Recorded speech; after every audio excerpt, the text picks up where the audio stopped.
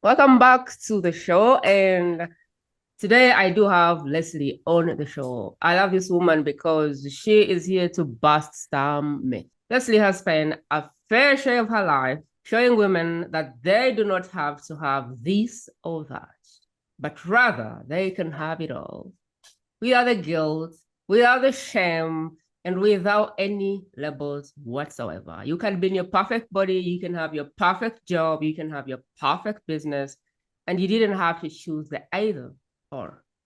I remember growing up when I was having the best time at my job, I was told, oh, enjoy that before you get married. It won't be the same. And I was like, really? And then I left my job and started my business, and I got the same. You really need to enjoy that business before the husband comes because it won't be the same. And I'm like, really? And then I got married and I was told you need to enjoy your honeymoon before it fades out. And I was like, why? Why might I get it now before it fades away? And then now it's more like enjoy your marriage before the kids come. And I'm like, huh. So I love Leslie because she's here to challenge the myth that you do not have to choose. Like you can have it all. She has thought leadership called the Digestive Codes. And this is how she's structured the way she looks at her work to show us how we could have the body, the job, the business, whatever the thing we wanted, and then have time for ourselves and have everything that people seem to think is unreasonable, is far out of our reach, is how do you do the impossible? By pulling your stool, pouring your tea, and leaning in and listening to every word this amazing, beautiful woman has to share. She is someone from the school of hard knocks, meaning she's lived this, done this, helped clients over and over and over again. And so we have the pleasure to tap into her sweat, her tears, her frustrations, and everything in between. Only we don't have to spend the years to spend doing this. We can sit here, sip it all in, and get moving and possibly condense that time by, I don't know, 90%. Leslie, welcome to the show. I am really excited and pumped to be talking everything digestive club. Me too. Thank you for having me. Amazing, amazing. As I was going round in circles trying to talk about your work, what did I leave out that you kept saying, oh, Prima? You could just have said these two lines and people could have understood what I do. Like, what do you do in summary? I'm found like I like moving around circles when I introduce people. No, I mean, you did a fabulous job. To condense it in one sentence, I always say that, digestion codes using wholeness health truly is the way to have the life, have the body, have the health, have it all really without the shame and the guilt and the sacrifice and the constant, you know, roller coaster ride we're running in our own heads. That's truthfully the way to have it all. And I love how you put all of that. I love to ask questions on my social media, like, would you rather blank or blank? And I absolutely love it when people are like, option C, both. Because I wasn't raised that there is a both. I wasn't raised that you get to choose outside of what you were given. You get blue or red. That's what we have. You don't get to say, I want a different color. Otherwise, it's greed. Otherwise, you're impossible to please. Otherwise, you're a bad mom or a bad wife. Or oh, I love that. So what's the actual problem that your work exists to solve in the marketplace? Yeah, definitely that selfless overachiever, like we have stated before. I'm here to say that I lived it.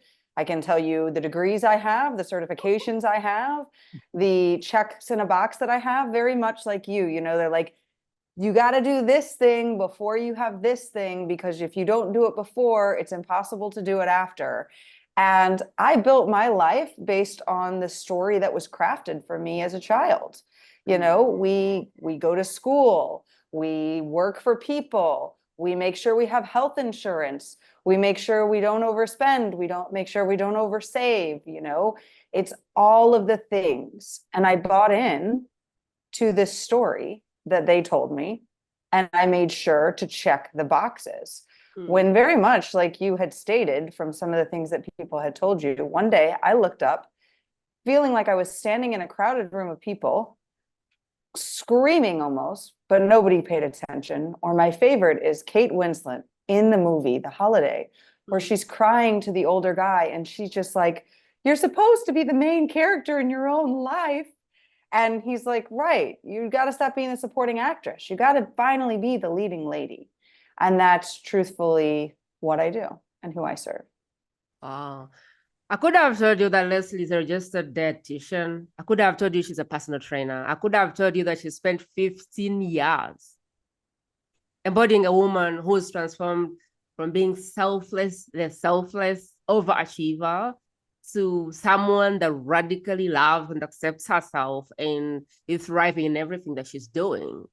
But I love to just take you to a place where she started, where she didn't have it all, where she didn't figure it out, where she was struggling, where she was bent on the either or, where she had to choose blue and green. Because I like to go there. I find that more powerful than the labels and the qualifications and everything that is on her website. What I feel tissue or a connection to is her story, where she was, where we are, how she struggled through that, how she had like self-talk and everything wasn't that clear for her. Like I want her to go there because for me, that's more relatable than the accolades on her shoulder. Leslie, would you mind taking us to the place where all this stuff started, how you started as a person up to today, where you're helping countless women embrace this? Yeah, I mean, I really started down the path of really following this story, I think probably at a young age, but I truthfully accepted the story. I know fully when I was 15 and I had just started high school and I had my high school softball coach and another girl within the first week of entering school tell me I was fat. And I was too fat to play varsity softball. I was too fat to hang out with the popular group on the weekends. While I was fun and I was good to be around, I wasn't worthy enough due to my size, and I wasn't fat. I just wasn't super skinny. I was a normal body build, and it wrecked me. And I spent my years in high school really dieting and learning everything I possibly could learn. I actually gained 25 pounds, which many people might understand that. You know, the more effort you put into it, it feels like it's going down the tube. And as I continued on, that's why I became a dietitian. I was like, well, I can't figure this out on my own, so I might as well go earn the certificate to figure it out, right? And then when that wasn't enough, it was like, well, what's the next best thing? I got to get into the body. Well, I'm not going back to school for 4 more years. I have a master's, I have an undergraduate degree. Instead, let me learn how to be a personal trainer. So while I was in my master's for nutrition, I was doing master's in nutrition while personally training and learning how the two mix together.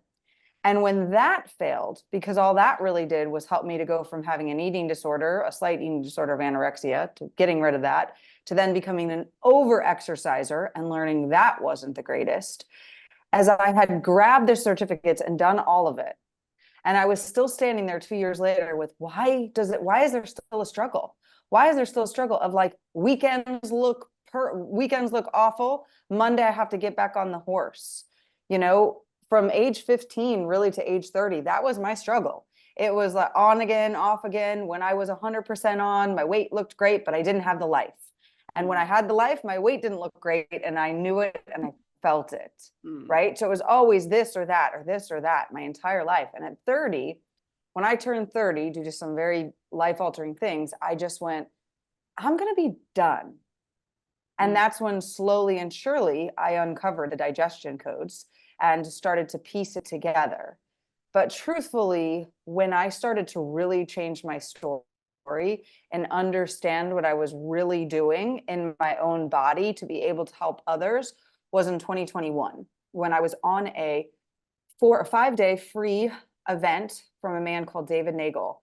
And he taught me, I was literally living out what my parents taught me, that I had no story of my own. And when I learned that, I stopped and paused in my tracks, because at the time I was a mother to two. My daughter was a little over 2. My son was almost 1. And I thought, oh my God, he's right. And if I don't change this, they're going to do the same thing. And it was at that moment that I really claimed it and started to apply what I was learning and really dive into changing my story and helping others to change theirs. Wow. So going back way at 30, what would you change, or what do you wish you knew at 30 when you were diving in and starting all of this process? That I'm whole and complete now, that Now no that one you has know to what save you me. know, like now that you know what you know, if we dropped you back at 30, but you had this knowing, but didn't have the body and everything, what would you change about how everything unfolded, assuming you had like the information you have now and the knowing and everything and the belief and the stories? Yeah, truthfully, I would want to have the belief that I am whole and complete now, and that I save myself. I know it seems so simple, but I find that a lot of people, when they start a business or go through something, they think they're broken. They think that they have something. And I'm not saying that there's not the right coaches, but some of us come from such a large background of, I was raised Catholic, and I remember at 8 years old that at 8 years old, my third grade teacher or second grade teacher said, you have been a sinner for 8 years. You think you go to confession tonight and you have nothing to confess? You are wrong. You have been a sinner for 8 years.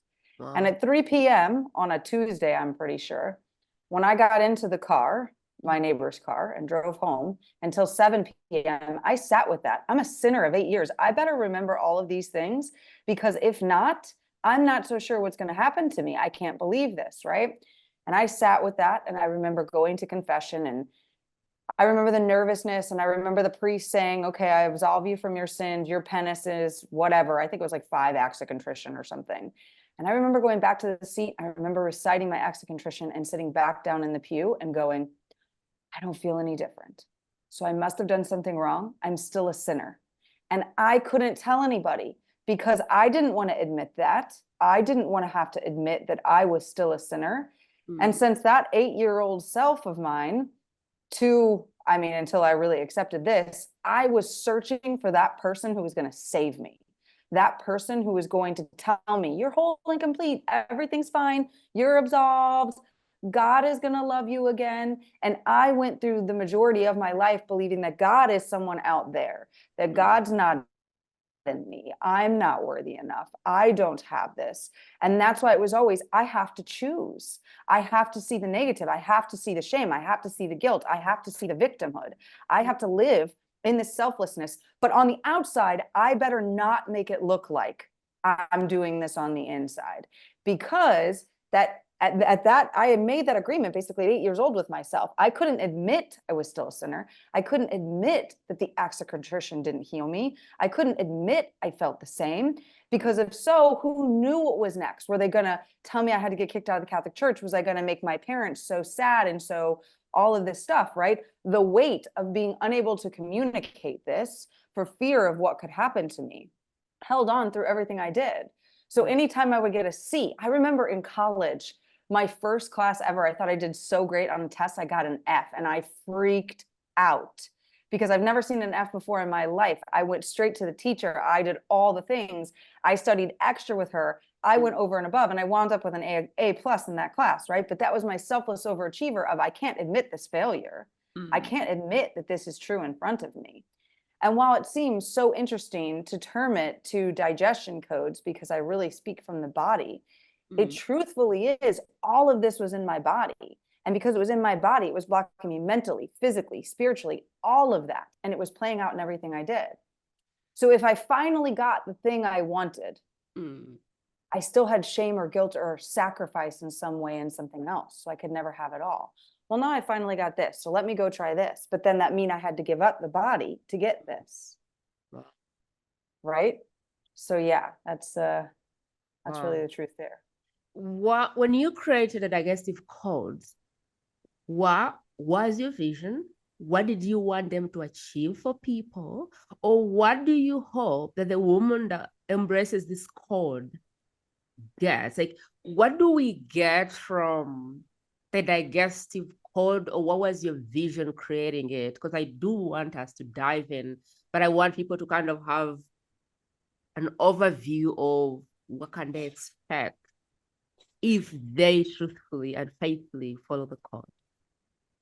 Yeah.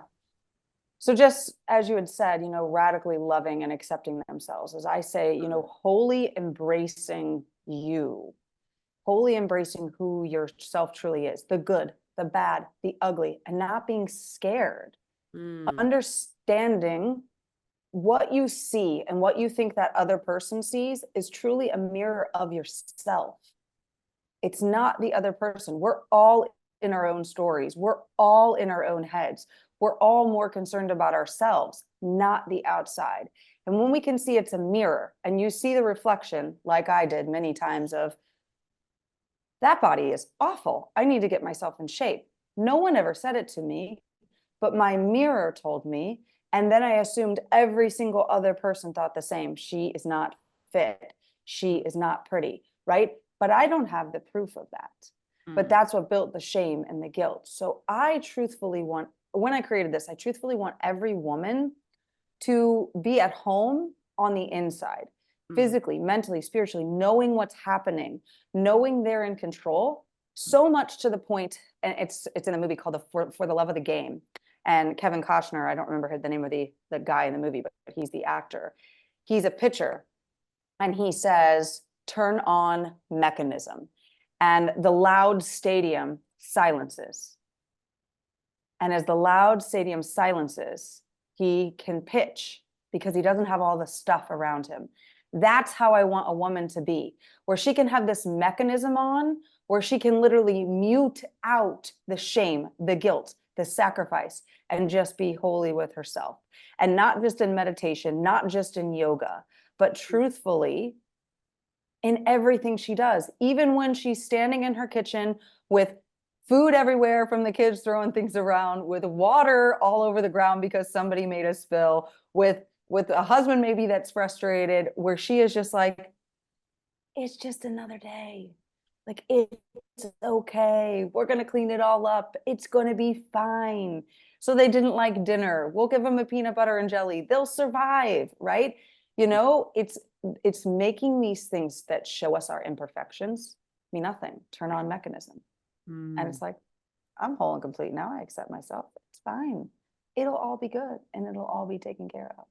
I'm whole and complete, with the flow, with the messy middle, and it's all good.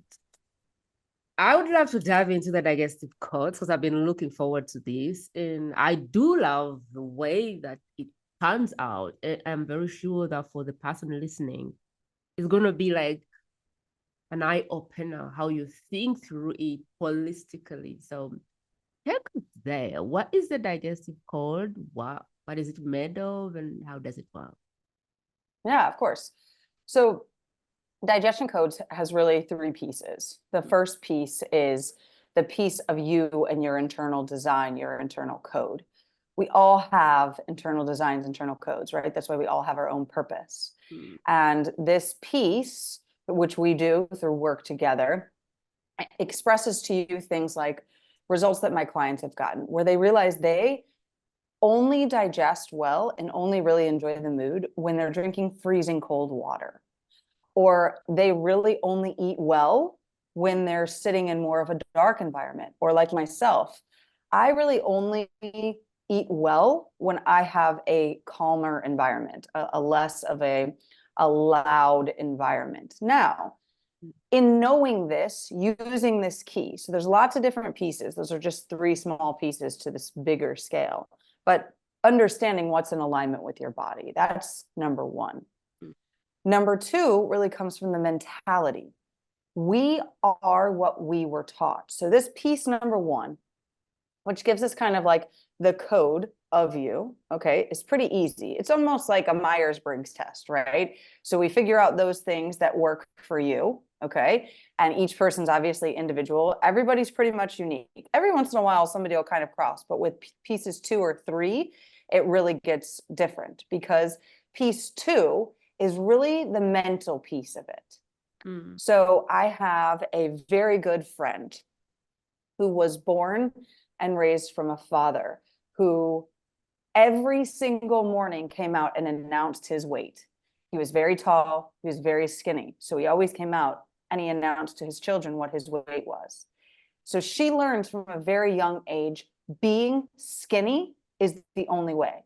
So she forced herself through different eating disorders, skipped eating, and she remembers one day she was so malnourished, she could barely lift her head off the bed.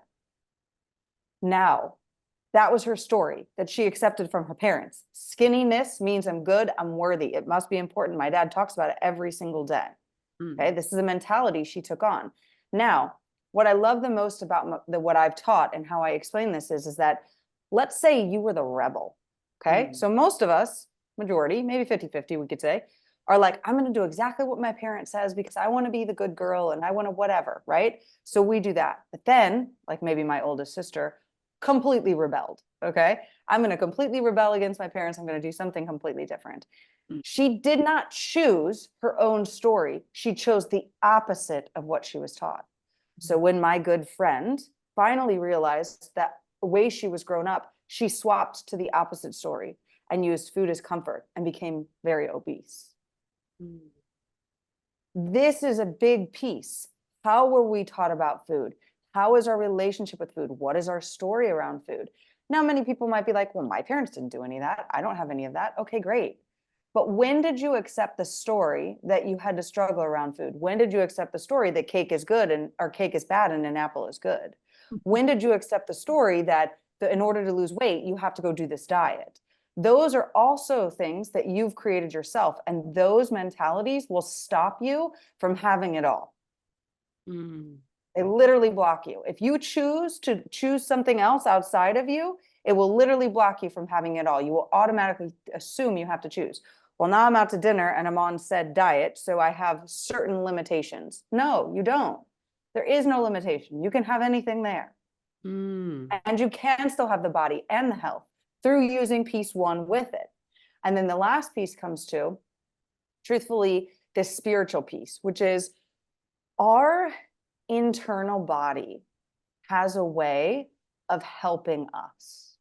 But we must be combining the mentality. So piece 1 is really the physical piece. Piece 2 is really the mental piece. And this piece 3 is really the spiritual piece of how your body can actually look at a food and be like, nope, that's not it. And you can get so in tune like that. Like how I said, when you're standing in their turn off mechanism, somebody can just be done cooking a food and you instantly know when they're like, hey, you want to try a bite? You instantly know yes or no, because you are so connected with yourself.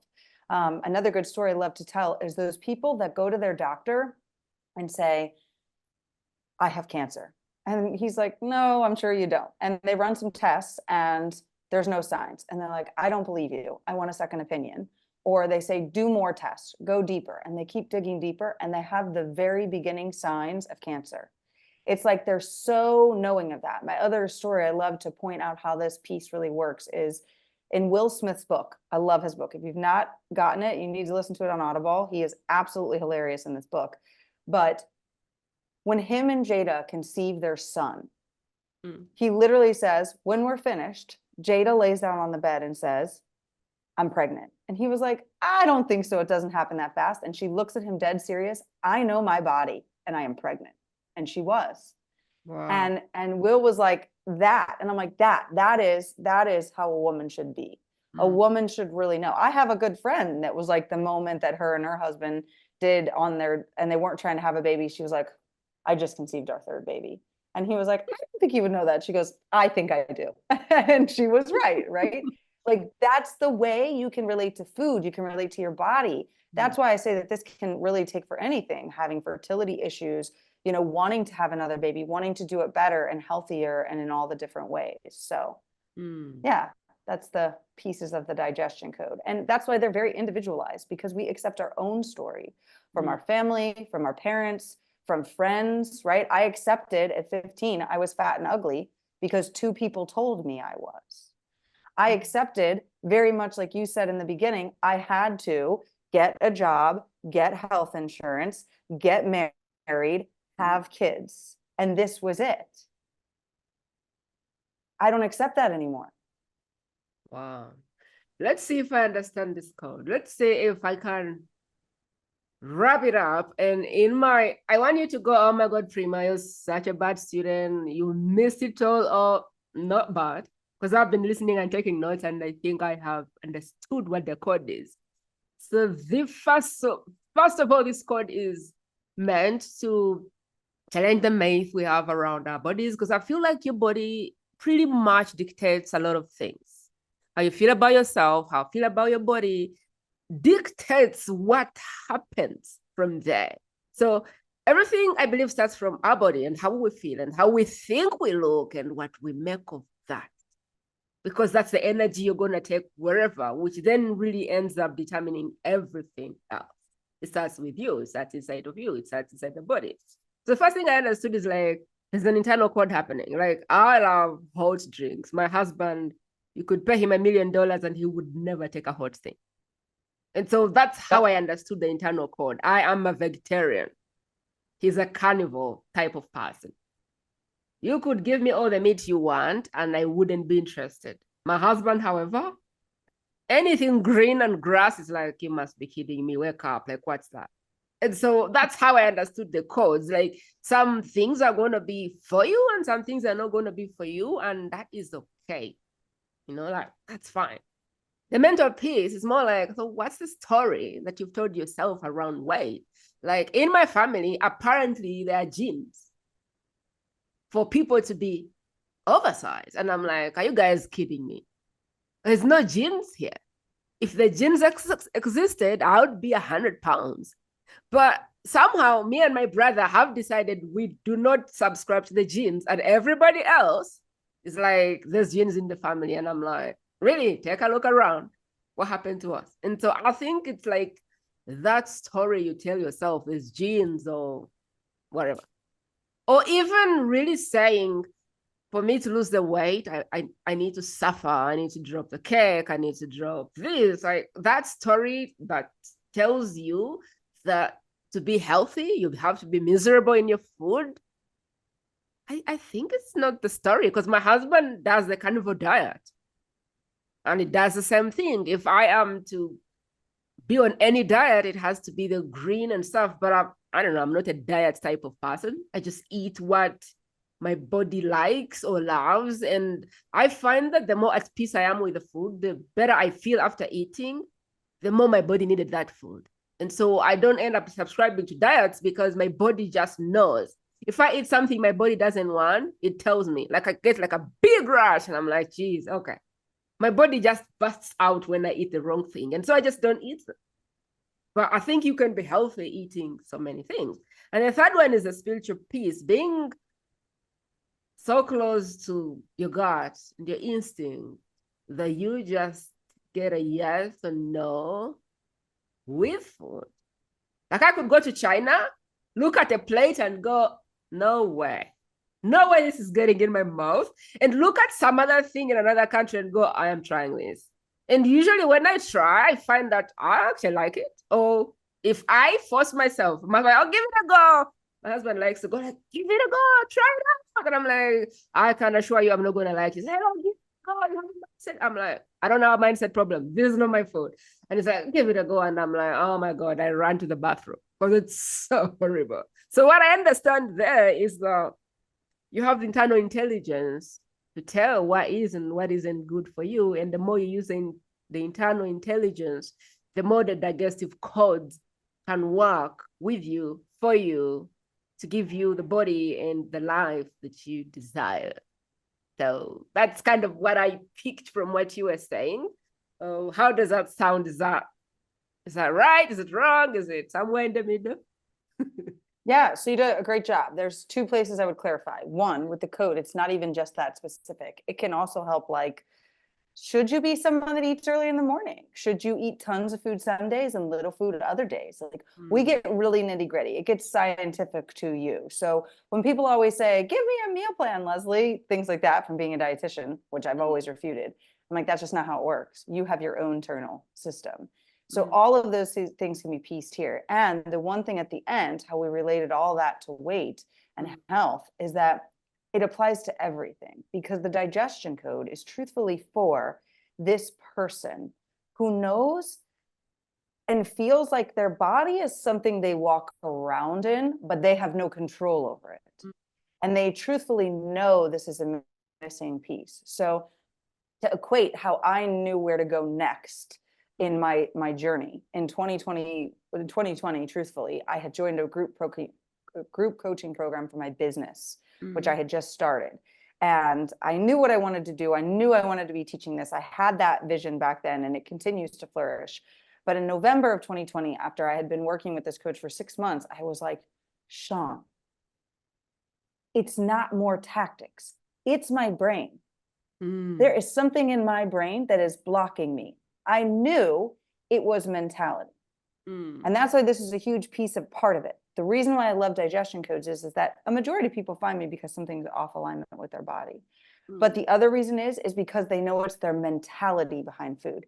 And a diet, a piece of paper diet that spells out the things for you, a plan, speaking to somebody who's going to draw a whole bunch of labs and give you a whole bunch of medication, doesn't change the mentality. So that specific person, that selfless overachiever, finally identifies like, I'm done filling out somebody else's paperwork. I'm ready to fill out my own. I'm ready to claim it. I want to take my mentality back. Don't draw me 752 labs. Don't tell me I have to start taking all these hormones and pills. Don't tell me I have to start doing things like this. I know it's me. Don't tell me, well, you know, you've been trying for so long, or, well, we still had this. It's like, no, I know my body, my mind, and my spirit can work all together to give me this. And I know it's inside of me. Wow. And maybe that's in depth. Maybe it's something where it's like, well, I don't know that it's inside of me, but I just know that there's an answer out there where I don't have to do all of this. That's the key. There is a better way. There is a better way. And there's a clear knowing in my body that there is always a better way. So that's the woman. For the woman who wants to have the life, the body, the health, without the shame, without the guilt, and without sacrificing time or anything else, Leslie's work is definitely for you. Leslie, I want to ask you, like, if everything was happening to me and I was maybe out of shape, or I was at the top of my career, but looking at my body, I just don't like it. Or if I was in my best shape, but I was broke like a joke because I chose that route. And I have the belief that I had to pay the price of, you know, getting the fitness or whatever. What is the one, where should I begin? What is the one tangible, actionable thing that I can do today to feel like I am beginning to write the movie of my life? Or I'm beginning to get those keys and turn on the car and be in the driver's seat of my life? Yeah. So I always say to ask yourself a few questions, and you can phrase it either way. Am I worthy of saving myself? Am I worthy of healing? Do I accept healing? Do I accept that I can have it all? Do I believe I'm worthy enough to have it all? Because most of the time when we're reaching for all the other things, it's because we don't think we can. We're reaching for everything else because we don't think we can. That's why we choose to use this crazy diet that we don't want to be on.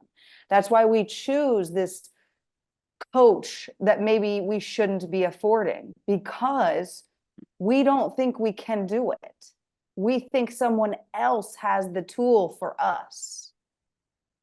And I'm not disagreeing with coaches. Obviously, I am a dietitian and a personal trainer who likes to work with people. It's that the right coach will show you all of the tools within inside of yourself.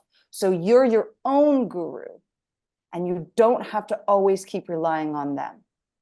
One thing I've learned through all of this from day one, and maybe I'd even go back and tell my 30-year-old self this, is that anyone who doesn't actually show you how you can figure out some of this on yourself and use the tools for yourself, and you can eventually walk away, isn't guiding you. They're teaching you, just like that teacher in my second grade classroom, of memorize what I have told you and regurgitate it. That's not understanding. That's not wisdom. That's not being able to embody. It's being able to pass a test. And you might be able to pass the test in the gym. You might be able to pass the test of lifting 552 pounds if that's what you want to do. But you're unable to have it all because you've only passed the test with memorization. You have no idea how to put it all together. And when you can accept that you deserve the healing, that you are worthy enough, that will come from a different place. Answer that question. And then I typically encourage you to come up with a statement like, I am whole and complete now, or I am worthy to heal myself. I am worthy of this. And if you write that down multiple times over and over and over and over and over and over, your brain will start to believe it. And the right person who will guide you to having the right knowledge so you can be your own guru is going to reveal themselves. I like the path where you tell your subconscious what you want it to believe. I am wondering, Leslie, because I see a lot of this as being external focused rather than being internal focused. And so what I kind of pick up is there's a lot of external focus. Someone has the answer, someone knows better, someone outside.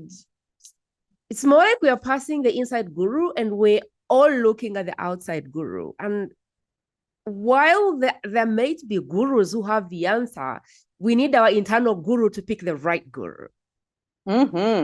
Yes. And so I want to go there because it's not even the coach. It is like we're not able to pick the right person because our internal guru is shut down. And so we're like, oh, the coach, the next coach who has made $1 million, blah, blah. But sometimes the best coach is not the person you're trying to hire because of the accolade. Sometimes the best coach is just the coach who gets your DNA and speaks to your gut. But we're so tuned out that we don't even know where to go to look for this help.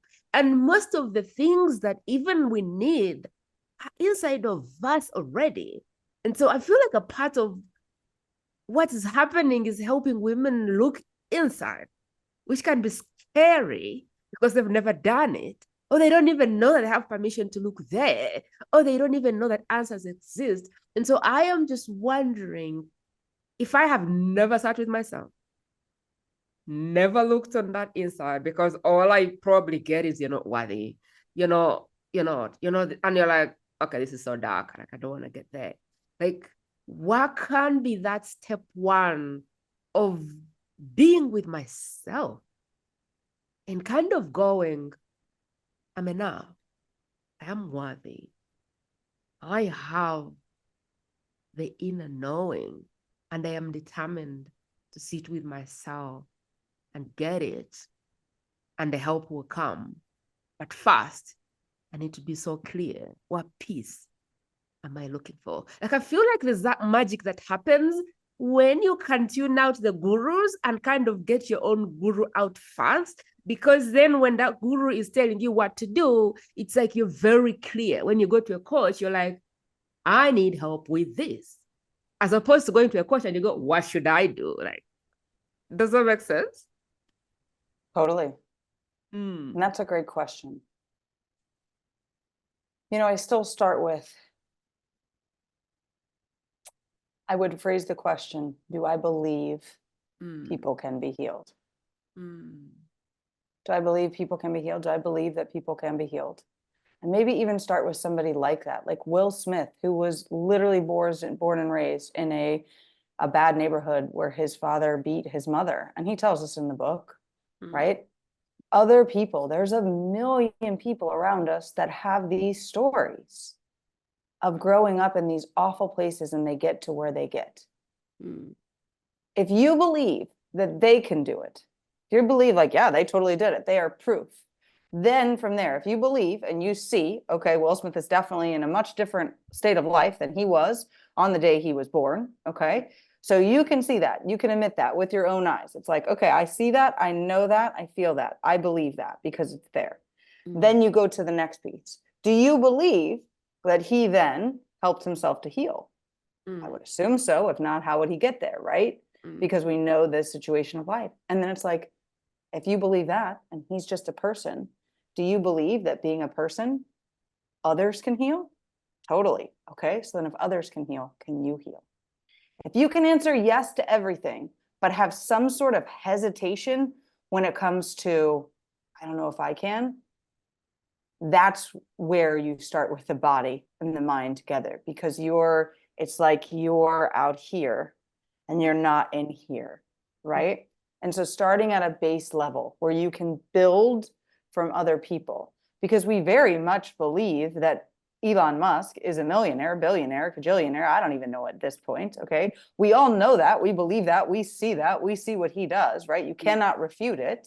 Okay. You Google the net worth and all and be like, oh, that's how much he's worth. Okay. Right. And we believe it. It's on Google. You know how that works. Okay. So if we can do that, then you can work your way to it. But if you're still hesitant about it being you, that's truthfully that there's a disconnect. And that's where the digestion code can really help, because that's where you start to believe, I actually am worthy of healing. I actually am worthy of this.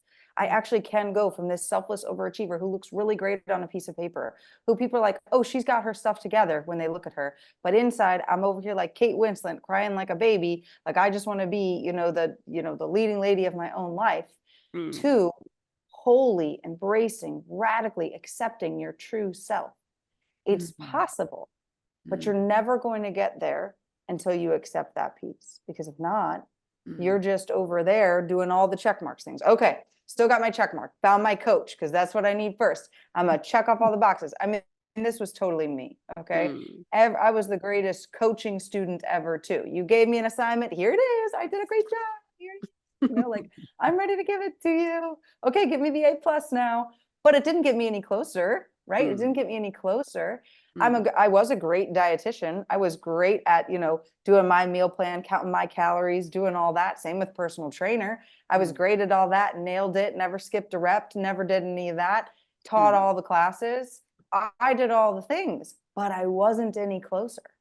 I still was this selfless overachiever. Wow. It didn't happen until the other pieces clicked in. You remind me of a story I heard this lady telling, I think, Sarah Robert Jacks, and it relates to the mental peace that you have in your code. And she said, I was pregnant at 13, divorced at 25, and felt like the worst sinner on the planet. And she's a daughter of Jacks, TD Jacks. And so she was like, and my father was one of the biggest people in faith. And so I felt like I didn't belong. I felt like the worst sinner on the planet. I felt like the most impure person that had ever existed. And therefore, I began to say, any opportunity that came up, I was like, but I am a teenage mom. But I am this. But I am this. But I am divorced. But so she didn't see that she could have it all. She didn't even think she was worthy of it all because she was a teenage mom, because she was all these things. And she said, one day I had it. And I decided that everything, the teenage mom, the divorced mom, the mom that had been a stripper in a club, all those things, I decided they were my secret recipes.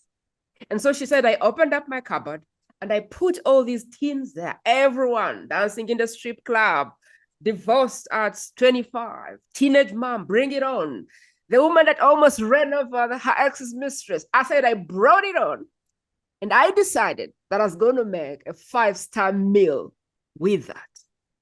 And I said, I am the teenage mom and the person that was divorced at 25 and the strip club dancer and TD Jakes Robert's daughter, and I am the woman that is going to change the world. And so she said, when you can say, I am all of it, and it's okay. And all of it is what has made me who I am, and that is why I'm qualified to do the job. That she said that is when she was able to move forward, when she could bring all the broken pieces, all the rotten pieces, all the pieces that made her unqualified, when she could say, you get me, and this is the concoction. This is the meal. Do you want the meal or not? And now she's married to the man I have dreams. Women Evolve is taking over. And I look at her and go, yes, you can be this and all of them. And that is you, and that is okay, and that is enough, and that is worthy of having it all. So as you were saying the stories you tell yourself, I picked up that and said, what if it could be the woman that wasn't pretty and the woman that didn't get chosen by whatever the man, and could be the woman that probably whatever the story is. What if those stories were the spices to your 5-star meal? And to Leslie's point, or what she teaches, what if having it all came with all the parts that you think are not worthy of talking about? What if you could bring everything to the plate and use it to make a 5-star meal? That's what I pick off what you said. And I think that the darkest place is feeling unworthy of the life. Like, have it all, like, yeah, that's not for me. I have 5 kids. What if you could bring the kids along? You know, having it all, definitely not for me. I am 50 or 60 and look at my body. What if the body didn't have to be any smaller or any taller? Or what if all of you was welcome to the table? How would you think through that? So that's kind of what I picked up. I am wondering if you would be happy to share kind of, because I know you've worked with a lot of people, if you would like to take us there and show us what is possible when people embrace the call. Because I know you've worked with different people at different levels with different limiting beliefs. And maybe some of those is what we hold right now. I don't know if you'd like to go there and pick a few of those and how things can be different when you embrace the call. Yeah, of course. I have 3 people that really come to mind. And my first one was my first ever client.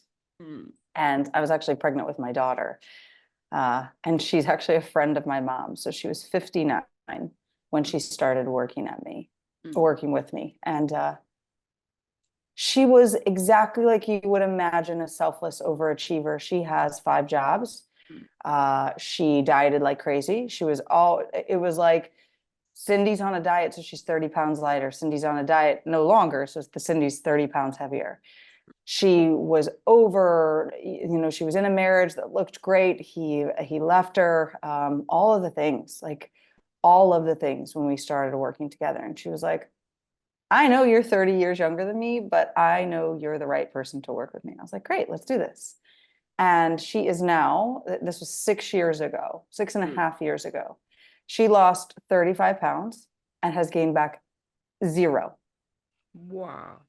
0. Okay. So when people say, oh, I'm menopausal, I'm postmenopausal, I'm perimenopausal, I say, you can do this. I know, because she's still sitting here. Okay.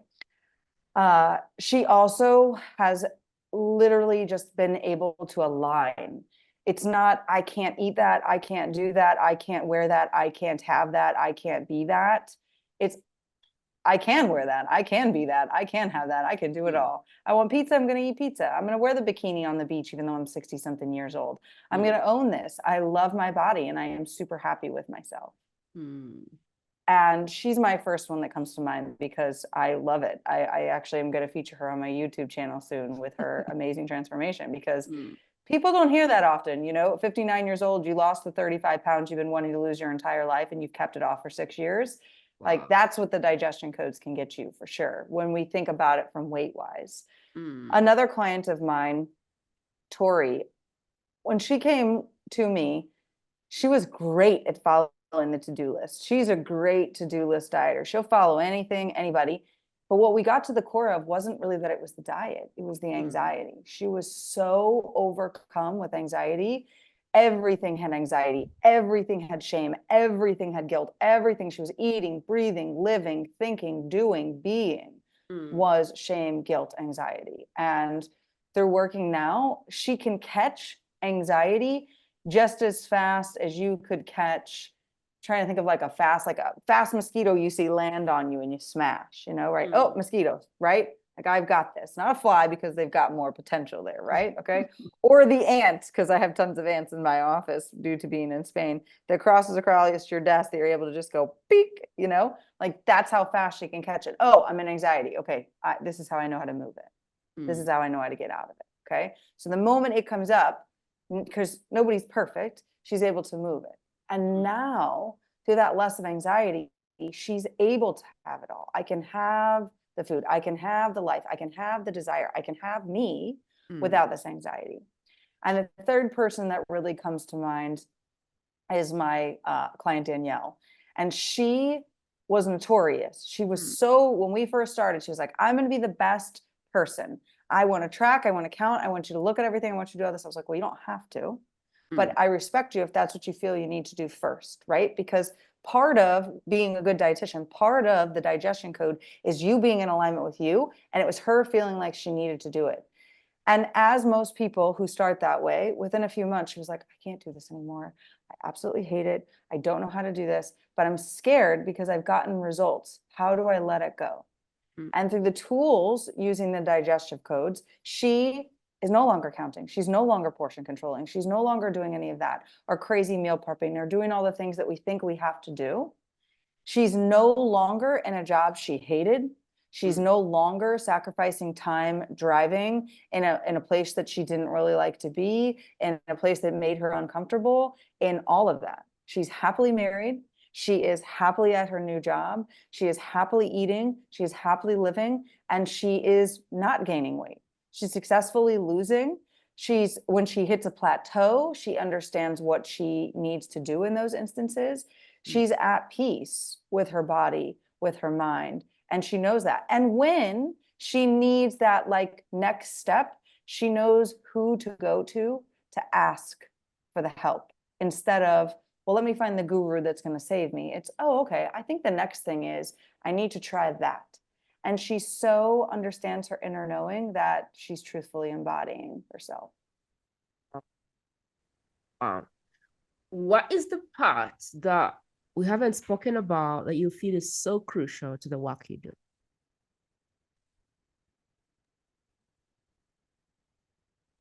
Surrender.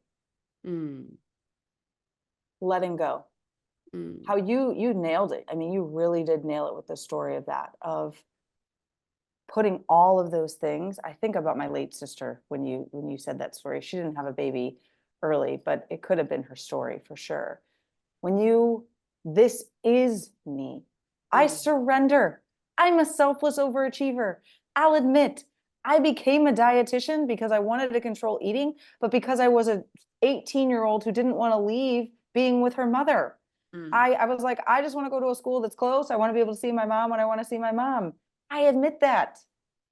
I admit that I was a sinner at 8 years old, and that I let that woman control me for the rest of my life.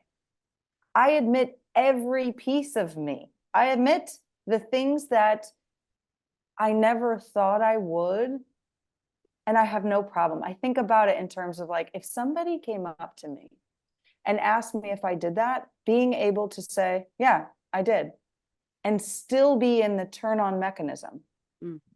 I'm at peace. You're kidding me. You did that? Watching the other person rise. Yes. It's just a part of who I was. It's just a part of my upbringing. It's a part of my story. It's a part of my cake. Sure. And maybe that had to be a ground level to get me to the top. But we all know as the cake goes up and it builds these beautiful things, you see these extravagant cakes, that just get more glorious and glorious and glorious and glorious as we go along. And that is it. But you cannot get there unless you surrender and admit it. You can't cover it up. You can't put it under the rug. You can't sweep it out the door. You can't pretend it didn't exist. You surrender, accept, embrace. Yeah, I did that. It's a true statement. And it's okay. It's just a part of my story. but it's not the story I have to write anymore. Tell me about how you're able to help the women. If I finally want to have it all, have the body, have the life, have the health without the shame, the guilt, sacrificing time of my lifestyle or whatever, sacrificing anything. What do you have in the back? How do you support the selfless overachiever today if they were thinking, oh, this digestive code sure sounds like something for me? What do you have? What kind of containers do you have in the back right now to support these women? Yeah, so I have one-to-one, obviously, because I do have some that just really want to be in that by themselves. I have a group program that is actually runs, it's I would say right now I really have a program running every month, and that's a 3-month program. I have a membership where you can come and just start like, okay, I think this is kind of for me, but I'm really nervous and thinking that I'm going to accept some of these things about me because I don't really do that. I look good on paper, right? So I have a membership for that. And then I also have a do-it-yourself program where you might be one that wants to dabble and be by yourself as you start. So many different options, because I know for myself personally, at different places in my life, I needed the one-to-one versus I needed the group versus I needed to dip the toe in versus I just wanted to do it on my own and I didn't want you to be there with me. I love that. We will be putting links in the show notes that show you how to get in touch with Leslie. I'd like to talk her into offering a free call. I don't know if she'll accept. Yeah, of course. Yeah. So what I would love to do is put the links to her so you can go in there and book a call and you can sit with her and see like which of the levels is best for you, where you're at, what your needs are, what speed you want to move.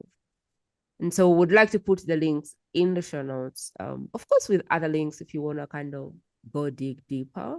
But the ultimate and grandest gesture that you can do for this platform and the calling on the platform is pause right now and look through your phone or whatever the device you use and go, what human being deserves the gift of Leslie right now? There is someone right now whose life depends on Leslie. There is someone right now who is very successful in one area and they've given up the other areas because they had to choose either to be a mother or to be a career woman, or they had to choose to be in shape or make the money, or they had to choose one or the other. And you look at them and go, wow, the energy that it took you to get that thing, I wish you would multiply that success in other areas. So who do you know that has shown that success is possible for them, but they haven't understood how to multiply their success and have it all? Who do you know that is stuck in the this or that type of success? Who is the beautiful woman that you can think of right now? I would love for you to get in their private space and gift them this recording, because Leslie's work wouldn't exist if there wasn't a woman that was ready for the answer. And so the biggest way that messages move on this podcast is that you, the listener, is the vessel for moving the message. So please pause and do that. Like, share with one person, not two, not three, just one. The person that you want to love on the most right now. And if you're watching this because someone shared the episode with you, we want you to continue the thread and show love to yet another human being for who Leslie's work would be life-changing. That's the biggest thing you can do, on top of subscribing, following, commenting, and all of the things that grow the channel. Leslie, we're winding up, and we would love for you to send us off with your last words of wisdom. I really like to impart you with the thought process of, if today I could finally have it all, how would your life be different? Really write it all down. If I could really have it all, if I could have the life, I could have the body, I could have everything I wanted, what would change today? How would I be different today? How would I show up different today? And while that might be a lot, literally think that somewhere right now, somebody is getting it all because they chose to ask themselves that one question. What would be different if I could have it all? The life, the body, the health, without the shame, without the guilt, without the sacrifice. How would life be different? I love that. Thank you so much for listening to this episode today. Thank you so much for always being on the show, for being the recipient on the other side, and most importantly, for being the vessel that moves this message. Because truly, I am not running ads on this channel, but I know in my bone marrow that the message will move, because I am in this with the speaker and with you who will move the message. And so I really appreciate you. I will see you in another episode. And I hope that if you forgot everything, you remember what Leslie said. If I was to have it all, what would it look like? Clarity is everything. Your ability to see it, your ability to put it on paper, your ability to get it from your head and put it somewhere and say, how would it look like? I believe that's the first step. And you don't have to be tinier, you don't have to be younger, you don't have to be prettier, you don't have to be more successful. Just where you are is enough. Bring all of it. Bring the full cocktail to the table. Because you having it all does not have to look like anybody's having it all. And so you can have it all wherever you are. It just begins with the decision to have it all. Thank you again. I'll see you in another episode. I'll have a beautiful day. Leslie, thank you so much for pouring into this community. I am about to tear because I am so honored that you could say yes to the conversation. That is it, my friend. To listen to more exclusive interviews like this one, simply go to the World's Best Kept Secret podcast.com and select interviews based on preferred topic.